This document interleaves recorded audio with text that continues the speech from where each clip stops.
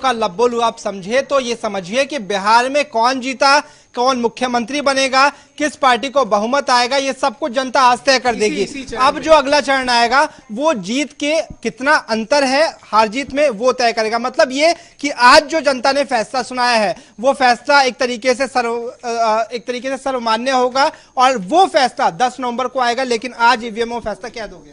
बिल्कुल, क्योंकि एक चरण के लिए मतदान हो चुका था, दूसरे चरण के लिए मतदान हो रहा है और तीसरे चरण की पूरी तैयारियां जोरों पर है। क्योंकि जिस तरीके से बिहार में पीएम मोदी की तरफ से ताबड़तोड़ रैलियां की जा रही हैं और इसमें जिस तरीके से वो हमलावर नजर आ रहे हैं वो बड़ी बात है। क्योंकि उन्होंने साफ तौर पे लालू प्रसाद यादव की बात करें तो उनके बच्चों को, उनके बेटों को लेकर किस तरीके पीएम मोदी ने तो कह दिया, करिश्मा आपने सुना होगा पीएम मोदी का भाषण अररिया में, उन्होंने ये तक कह दिया कि जीत हो चुकी है, जंगल राज की अपेक्षा जो सुशासन है वो जीत चुका है। इस और भी बिल्कुल, और अगर हम जिस तरीके से वो ये भी कह रहे हैं कि एनडीए की बात की जाए तो वो साफ तौर पे कह रहे हैं कि एनडीए की सरकार बनेगी और ये दिखाई दे रहा है। और यही वजह है कि कहीं ना कहीं अगर तेजस्वी यादव की बात करें तो उन्हें भी ये तस्वीरें दिखाई दे रही है और इसी के चलते वो अब अलग अलग तरीके की बयानबाजी कर रहे हैं, इसका भी जिक्र उन्होंने किया है। दूसरी तरफ अभी हाल ही में एक अपडेट आई है, रविशंकर प्रसाद की तरफ से एक बयान दिया गया और उन्होंने कहा कि हो सकता है कि नीतीश कुमार सरकार में लोगों में थोड़ी बहुत नाराजगी हो, लेकिन इसका ये मतलब नहीं है कि सत्ता बदलेगी। और एक बार उन्होंने एक लाइन ऐड ऑन जो की वो भी जिक्र करना जरूरी है, उन्होंने ये तक कह दिया कि नीतीश कुमार ही मुख्यमंत्री बनेंगे, इसमें कोई दो राय नहीं। इसमें बड़ा बयान एक और चीज है, इसमें एक चीज ये देख सकते हैं कि चिराग पासवान को लेकर एक सॉफ्ट कॉर्नर है बीजेपी के अंदर, इस चीज को समझने की कोशिश कीजिए। अब तक हम देख पा रहे थे कि चिराग पासवान ही कह रहे थे कि नहीं हम एनडीए के नाराजगी हमारी सिर्फ जेडीयू से है, बीजेपी के साथ हम हैं। लेकिन अब जो रविशंकर का बयान आया उसमें कहीं ना कहीं हमें के मुद्दे पर ये नजर आ रहा है कि हाँ सॉफ्ट। लेकिन ये भी है अब्दुल कि अगर देखा जाए तो साफ तौर पे बिहार में ये भी दिखाई जा रहा है कि अगर बीजेपी की सीटें, बीजेपी के वोट कहीं जाएंगे तो वो चिराग पासवान के खाते में ही जाएंगे। इस ये भी वजह है कि सबसे अहम ये बिहार चुनाव इसलिए हो जाते हैं क्योंकि पहली बार होगा कि साथ साथ चुनाव हो रहे हैं और साथ साथ अगले चरण के प्रचार भी हो रहे हैं।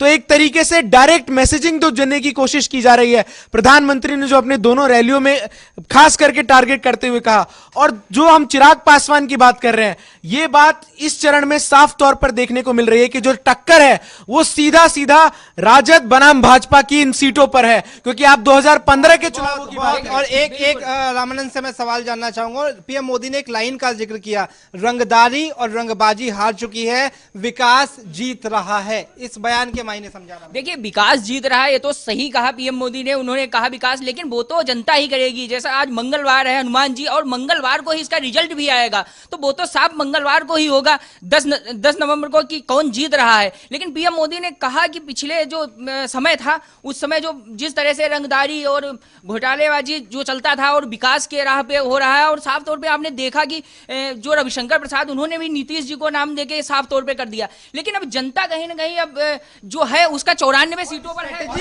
स्ट्रेटेजी का पार्ट चंदन मैं समझना चाहूंगा। अब तक 2 चरण के चुनाव हुए, दोनों ही चरण में पीएम मोदी हमेशा से टेलीविजन पर नजर आते हैं।